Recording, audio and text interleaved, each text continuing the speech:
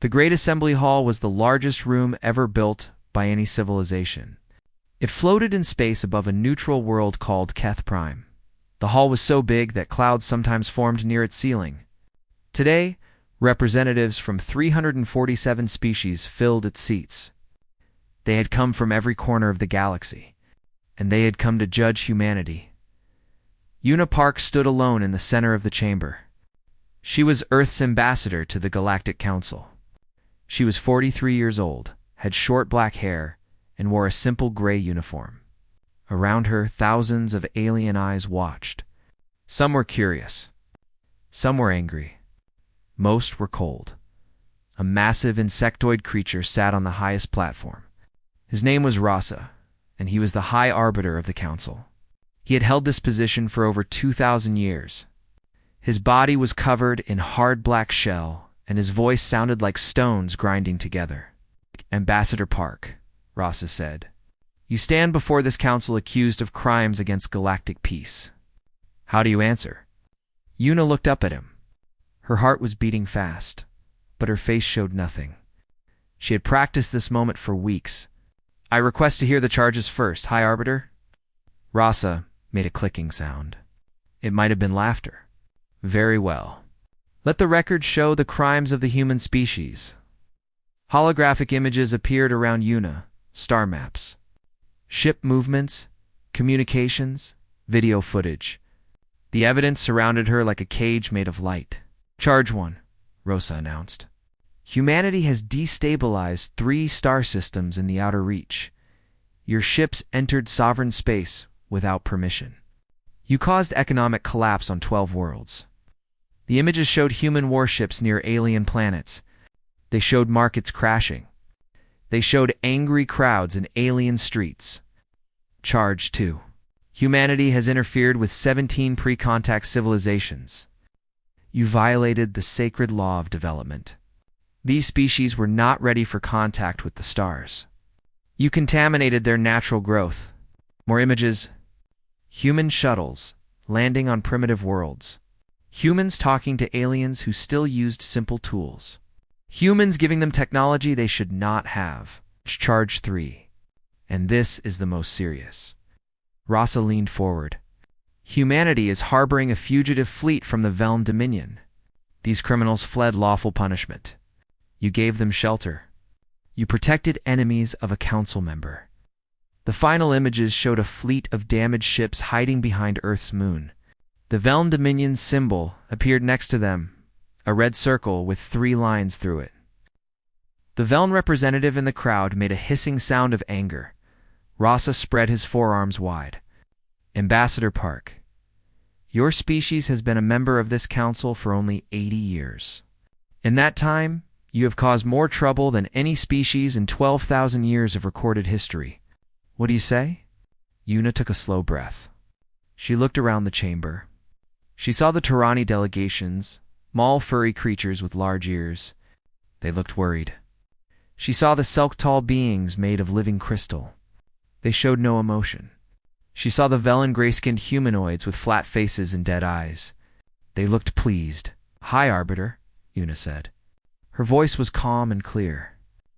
"I acknowledge that human ships were present in the locations you described. I acknowledge that humans made contact with developing species. And yes, I acknowledge that refugees from the Veln Dominion are currently in our space." Murmurs spread through the chamber. Many expected her to deny everything. Her honesty surprised them. However, Una continued, "I do not acknowledge that these actions were crimes. I request time to prepare a proper defense. 1 solar day. That is all I ask." Rosa's mandibles clicked together. He turned to the other elder race representatives. They were the oldest and most powerful species in the council. They had built this system. They had maintained peace for thousands of years, and they did not like being challenged. After a moment of silent communication, Rasa turned back. "Your request is granted. You have 1 solar day. But understand this, Ambassador. The Council's patience is not endless.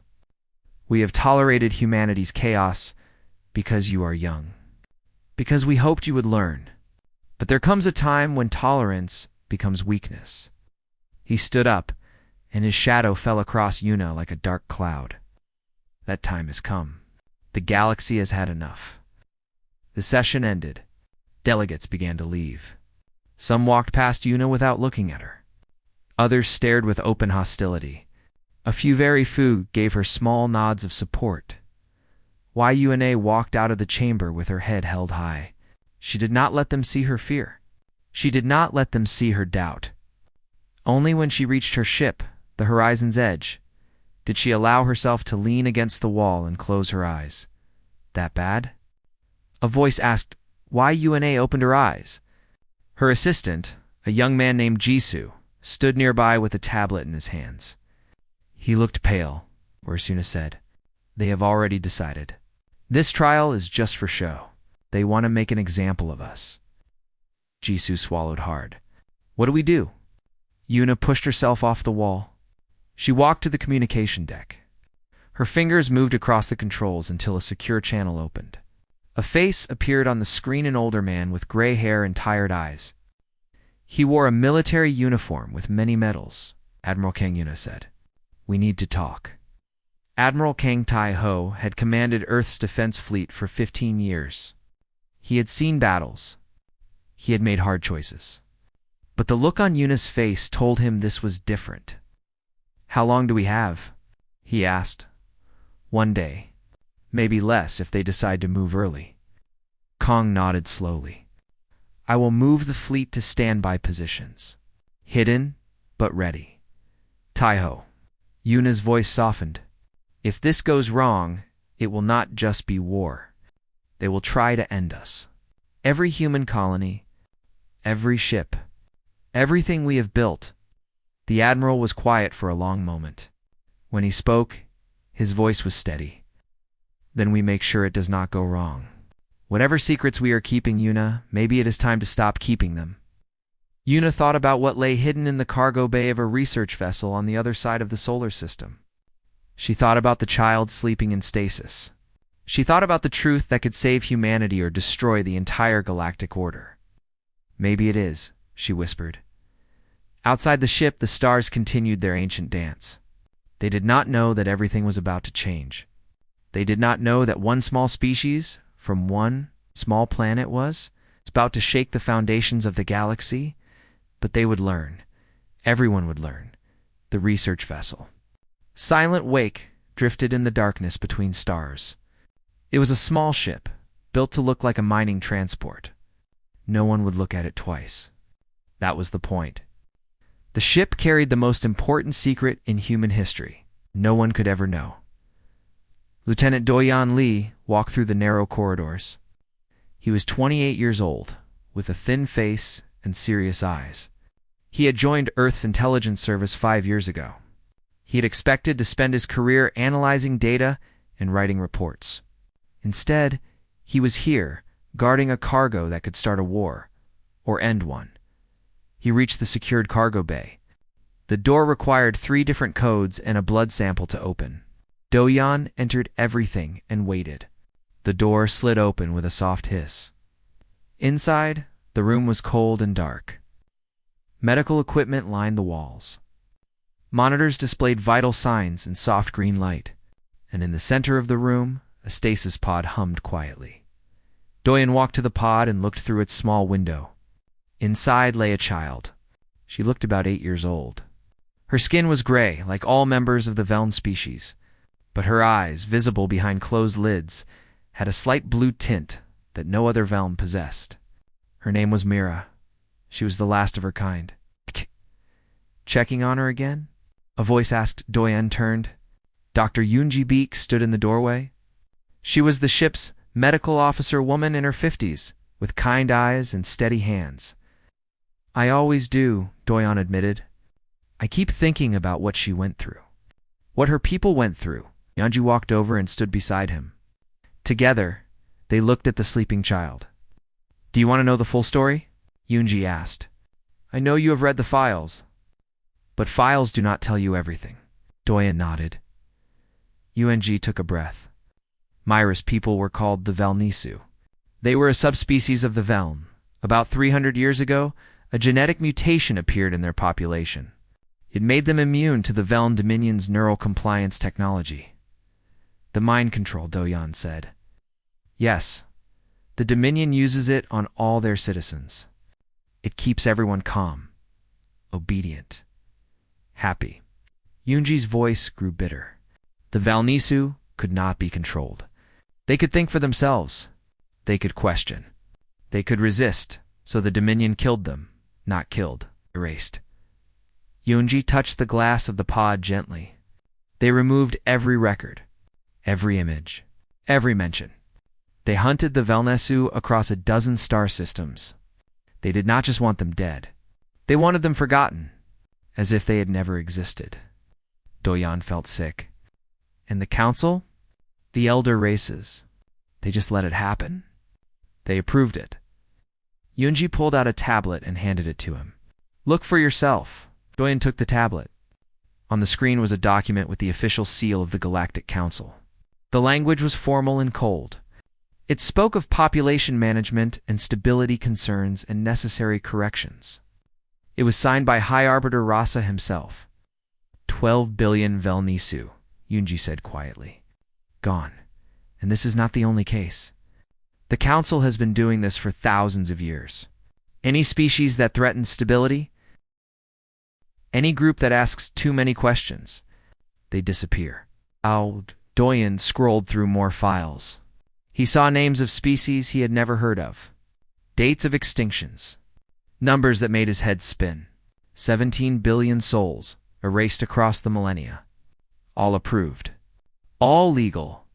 All hidden. How did we find out? He asked. We stumbled onto it. Yunji sat down on a nearby chair. She looked tired. 40 years ago, one of our deep space explorers found a Velnisu colony ship. It was drifting, abandoned. Everyone aboard was dead except for a few children in stasis. Mira was one of them, and we kept them secret. We had to. The moment the Dominion learned survivors existed, they would come for them. And if we handed them over, we would be helping with genocide. Yunji shook her head. That was the beginning. After that, we started looking. And the more we looked, the more we found. Doyan understood now. All the crimes humanity was accused of, they were not crimes at all. They were rescue missions. The 3 destabilized star systems. Those were covers for evacuating slave populations before the Krell Syndicate could harvest them. The 17 pre-contact civilizations, they were all scheduled for elimination. Human agents had warned them, helped them hide. The refugee fleet from the Veln Dominion? Survivors of another purge, another quiet genocide that the galaxy would never know about. Humanity had not been causing chaos. Humanity had been saving lives, but they could never tell anyone, because the elder races controlled everything. The news, the records, the truth itself. If humanity had spoken up, no one would have believed them. Worse, the Council would have destroyed Earth to keep the secret safe, so humanity stayed quiet. They broke laws. They took risks. They carried the weight of knowing that the galaxy they lived in was built on bones. Doyan's communicator buzzed. He answered it. Lieutenant Lee. Admiral Kong's face appeared on the small screen. I need a status report. We may need to move soon. The package is secure, Admiral. No changes. Kong nodded. But his eyes were troubled. Son, things are moving fast. The Council is looking for any excuse to act against us. And I've been thinking about what, sir? About how long we can keep hiding. About what kind of people we become if we stay silent forever. The Admiral paused. Ambassador Park and I have been talking. We may need to show the galaxy what we know. All of it. Doyan looked back at the stasis pod. At Mira, at the sleeping proof of everything the Council wanted to forget. Sir, if we reveal the truth, it could destroy the Council. It could start a galactic war. I know. Kong's voice was heavy. But sometimes, Lieutenant, the only way to fix something broken is to let it shatter first. The communication ended. Doyan stood alone in the cold room, looking at the child who should not exist. For 40 years, humanity had carried this secret. They had lied. They had hidden. They had pretended to be the troublemakers the galaxy believed them to be, all to protect lives, all to do what was right when no one was watching. But secrets have weight, and after 40 years this one had become too heavy to carry. Doyan placed his hand on the stasis pod. Soon, he whispered to the sleeping child, soon, everyone will know your name, and they will never forget. In the distance, Earth's hidden fleet waited in the darkness. Ships full of soldiers who knew the truth, who had sworn to protect it, who were ready to die for it. The galaxy thought it knew humanity. The small species, the troublemakers, the rule-breakers. They had no idea what humanity really was, but they were about to find out. The Great Assembly all fell silent when Una Park walked back to the center of the chamber. One solar day had passed. The council expected her to beg for mercy. They expected her to offer surrender. They expected humanity to finally learn its place. They were wrong. High Arbiter Rasa looked down from his platform. His black eyes showed no emotion, but his mandibles clicked with impatience. Ambassador Park, have you prepared your response to the charges? I have, High Arbiter, and speak. The council will hear your defense before we decide your fate. Una stood straight. She looked around the chamber at the hundreds of delegations, at the thousands of watching eyes, at the floating cameras that broadcast this moment to every corner of the galaxy. I have no defense, she said. Murmurs spread through the crowd. Rasa tilted his head. You admit guilt? No, I said. I have no defense. Because I do not need one. Una's voice grew stronger. Instead, I wish to call a witness. Rosa's mandibles clicked sharply. This is not permitted. Human defendants have no right to call witnesses. The evidence has already been presented. The evidence is incomplete. Una smiled a small, dangerous smile. And my witness is already here. She raised her hand. At the far end of the chamber, the great doors began to open. Everyone turned to look. A man walked through the doors. He wore a worn military uniform with no insignia. His face was weathered, and his hair was touched with gray. He walked with the careful steps of someone who had seen too much death and carried too much pain. His name was Wujin Han. He was the captain of the refugee fleet. Behind him came others, aliens of dozens of species. They walked in a long line, filling the aisle between the seats. Some were tall, some were small.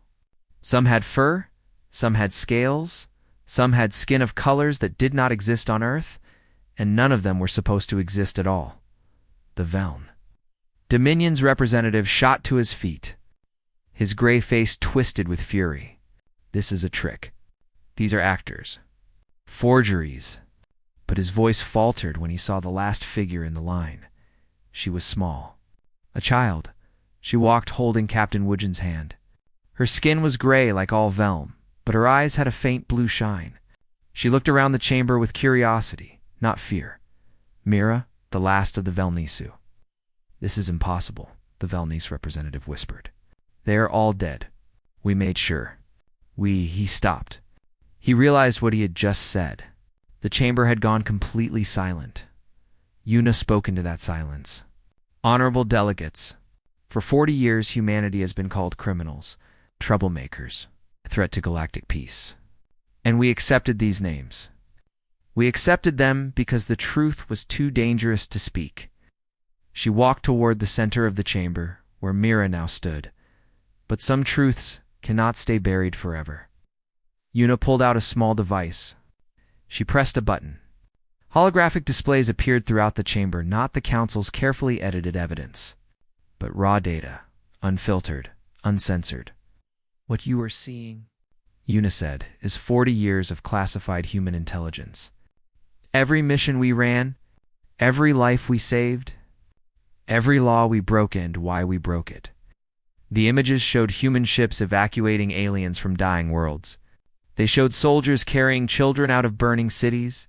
They showed doctors treating wounds in secret hospitals built in the darkness between stars. 3 star systems destabilized, Una continued, because the Krell Syndicate was harvesting their populations. Billions of people taken as slaves. We crashed their economy to stop the shipments. We saved 4 billion lives. More images. Alien faces. Families reunited. Children who would have died in chains, now free. 17 pre-contact civilizations. All of them scheduled for elimination under Council Directive 7749, the Population Management Protocol. We warned them. We helped them hide. 14 of those species survive today because of human intervention. Gasps echoed through the chamber. Many delegates had never heard of Directive 7749. They pulled out their own devices, searching records that had been hidden from them in the refugee fleet. Yuna gestured to Captain Wujin and the survivors behind him. These are not criminals. These are witnesses. Survivors of genocide. Genocide approved by this council. Signed by High Arbiter Rosa himself. She displayed the document on every screen in the chamber. The official seal. The cold language. The signature. Rosa did not move. His black eyes stared at Yuna with ancient hatred. You have no right, he said slowly. You have no right to judge us. We have maintained peace for 12,000 years. We have prevented wars. We have stopped chaos before it could spread. At what cost? Yuna asked. The necessary cost. Rasa stood. His voice boomed through the chamber. You are children. You have existed for barely a moment in galactic time. You do not understand the difficult choices required to maintain order. Sometimes the few must be sacrificed for the many. The few. Yuna's voice was quiet but sharp. 17 billion souls. That is your few? She turned to face the delegations. 17 billion people. Erased. Not killed in war. Not lost to disaster. Erased. Removed from history. Their names forgotten. Their cultures destroyed. Their children hunted across the stars. She pointed at Mira. This child is 8 years old. Her entire species was murdered because they could not be controlled. Because they could think for themselves. And the galaxy let it happen. You let it happen. The chamber erupted. Delegations shouted at each other. Some demanded answers from the elder races. Others screamed that the evidence was fake. The Velen representative tried to leave, but other aliens blocked his path. Captain Wujin stepped forward. His voice cut through the noise like a blade. And my name is Han Wujin. I commanded a Velen patrol ship for 20 years. I followed orders.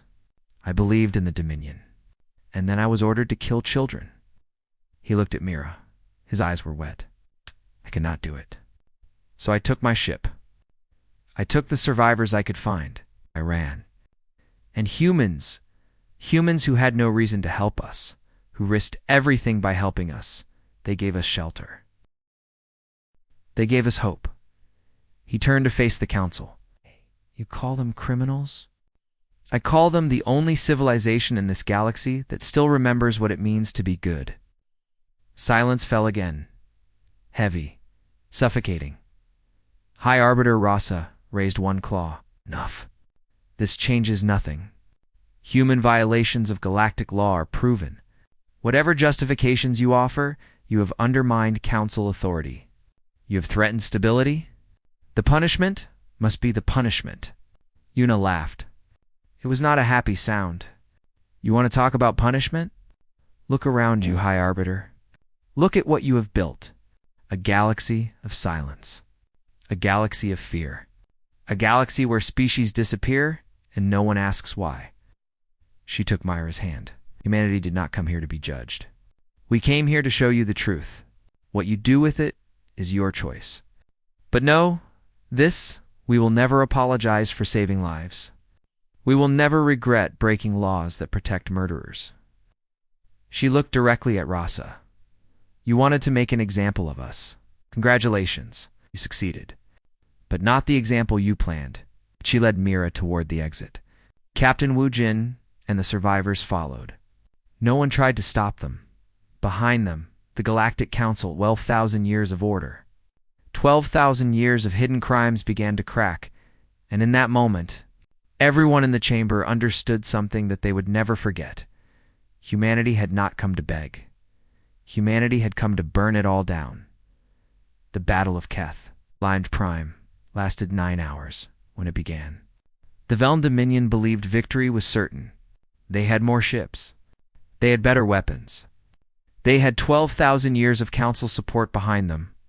When it ended, their fleet was scattered across the stars like broken toys. Admiral Kong stood on the bridge of the Eternal Dawn and watched the last Veln ships retreat into hyperspace. His uniform was torn. His face was covered in dust from a hull breach that had killed 3 of his officers. But he was still standing. "Status report," he said quietly. Soyen pulled up the numbers. Her voice was tired, but proud. "Veln fleet reduced by 60%. Our losses are significant: 12 ships destroyed, 23 damaged. But the refugee fleet is safe. All survivors accounted for." Kong nodded. 12 ships. Thousands of crew members. Good people who would never go home. He would remember their names. He would make sure everyone remembered. And High Arbiter Rasa fled during the 3rd hour. His personal ship entered hyperspace. Destination unknown. The ancient leader of the Galactic Council had abandoned his post. He had abandoned his principles. In the end, he had abandoned everything except his own survival. Kong felt no satisfaction. Only exhaustion. Signaled the Allied fleets. He ordered, "Tell them the battle is over. And thank them. We could not have one without them." Below on the surface of Keth Prime, the great assembly hall stood silent. The delegations had fled to safety during the battle. But now, as the guns fell quiet, they began to return. Unipark walked through the ruined entrance. The beautiful chamber was damaged cracks in the walls, broken seats, shattered screens. 12,000 years of galactic governance, wounded in a single day. But it was not destroyed. And neither was hope. Behind her came Captain Wujin, carrying Myra in his arms. The child was awake, her blue-tinted eyes taking in the destruction around her. She did not look scared. She looked curious. "Is the fighting over?" Mira asked. "For now," Yuna said. "But there is still much work to do." Delegates began to fill the chamber again. Some moved slowly, uncertain. Others walked with purpose. The division between them was visible: those who had supported humanity on one side, those who had supported the Council on the other, and in the middle, a large group who had not yet decided what they believed. Yuna walked to the central platform where defendants had once stood. Now it was the only place in the chamber that everyone could see. "I know you are tired," she said. Her voice was hoarse, but it carried through the hall. "I know you are scared. I know that everything you believed about this galaxy has been shaken today." She looked around at the assembled species, hundreds of different forms, hundreds of different histories, all watching her. "But I want you to understand something. Humanity did not come here to rule. We did not come here to replace one broken system with another. We came here because we were tired of silence." She paused, letting her words settle. "For 40 years we watched. We saw the quiet deaths, the hidden murders, the species that disappeared while the galaxy looked away, and we had a choice. We could have stayed silent too. We could have joined the system. We could have traded our conscience for safety." Her voice grew stronger.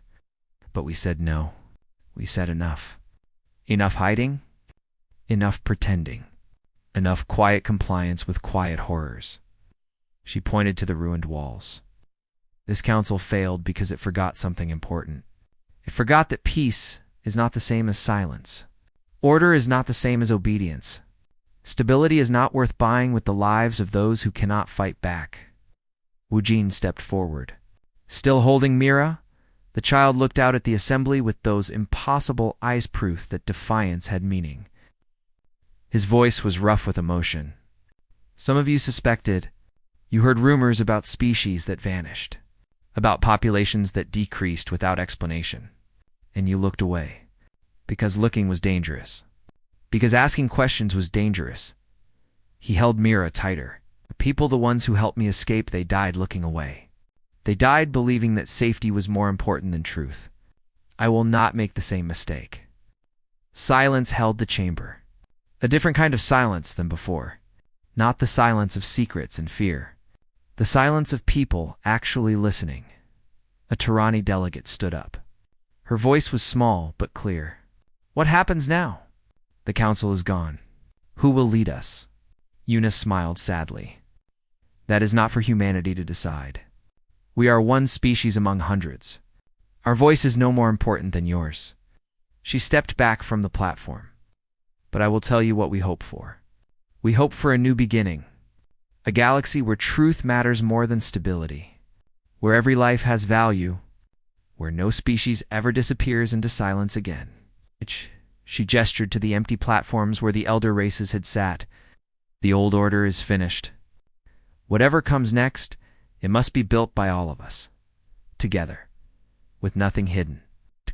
The next weeks were difficult. Arguments continued.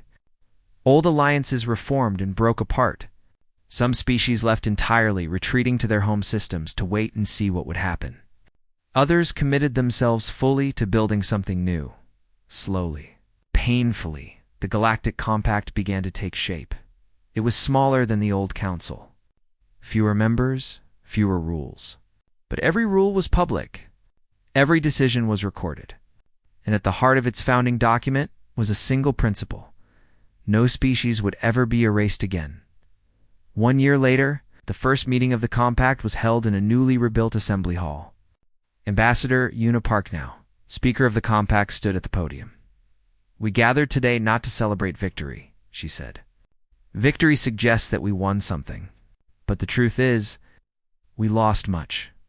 Ships, lives, innocence. We lost the comfort of believing that someone else was taking care of things.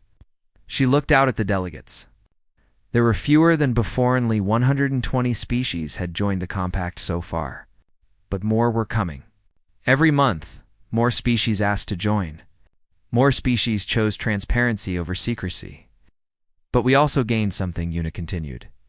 We gained the chance to be better. Not perfect. We will make mistakes. We will argue. We will sometimes fail. But we will fail in the open, where everyone can see. And we will learn. In the audience, Admiral Kong sat in civilian clothes. He had retired from the military. His wars were over. Now he spent his days teaching young officers about the cost of conflict and the cost of silence. Beside him sat Doyon Lee, no longer a lieutenant. He had become the director of the Compact's archive, a new institution dedicated to preserving the memory of every species, including those who had been lost. The 17 billion names were being collected. It would take decades to finish. But it would be done, and in the front row. Holding the hand of a Tirani delegate who had become her friend, sat Myra, the child who should not exist. The proof that survival was possible. The reason humanity had chosen to break every law in the galaxy. She was 10 years old now. Her blue-tinted eyes watched Speaker Una with interest. She was learning to read. She was learning history, not the edited version the old council had allowed. And she was learning something else too. She was learning that she mattered, that her people mattered, that every life the galaxy had tried to forget still echoed in the hearts of those who remembered. Una finished her speech and stepped down from the podium. She walked through the crowd, accepting handshakes and nods from delegates of a dozen species. When she reached Myra, she knelt down. What did you think? Una asked. Mira considered the question seriously. You talked a lot. Una laughed. I did. Politicians always talk too much, but I liked what you said. Mira looked up at the great dome of the assembly hall. You said no one gets forgotten anymore. That is right. Good. Mira nodded firmly. That is good. Una took her hand, and together they walked out of the hall. Outside, the sun was setting over Keth Prime. The sky was painted in colors that no human had words for. The light of an alien star filtered through an alien atmosphere. Kong joined them, along with Wu Jin and Doyon and the others who had fought for this moment. Do you think it will last? Doyon asked. The Compact, I mean. 100 years from now, will anyone remember why we built it? Una looked at the sunset. She thought about the memorial wall being built on Earth's 17 billion names that would stretch across continents. She thought about the archives Doyon was creating. She thought about children like Mira, who would grow up knowing that they were never alone. They will remember, she said, because we will make sure they remember. That is the whole point. No more silence. No more forgetting. Just the truth forever. Woojin put his hand on her shoulder. You know, when I first met humans, I thought you were crazy. Running around the galaxy, breaking laws, making enemies. I thought you would get yourselves killed. He smiled. I am glad I was wrong. Yuna smiled back. So are we. The sun continued to set. The stars began to appear, thousands of points of light. Thousands of worlds, thousands of stories waiting to be told. Humanity had not saved the galaxy. They had never claimed to. They had simply done what seemed right when everyone else looked away. They had simply refused to accept that some lives mattered less than others. And in the end, that simple refusal had changed everything. That was what it meant to say enough. Not to win. Not to conquer. Not to rule. Just to stand up. Just to speak out. Just to remember. That was enough. It was always enough.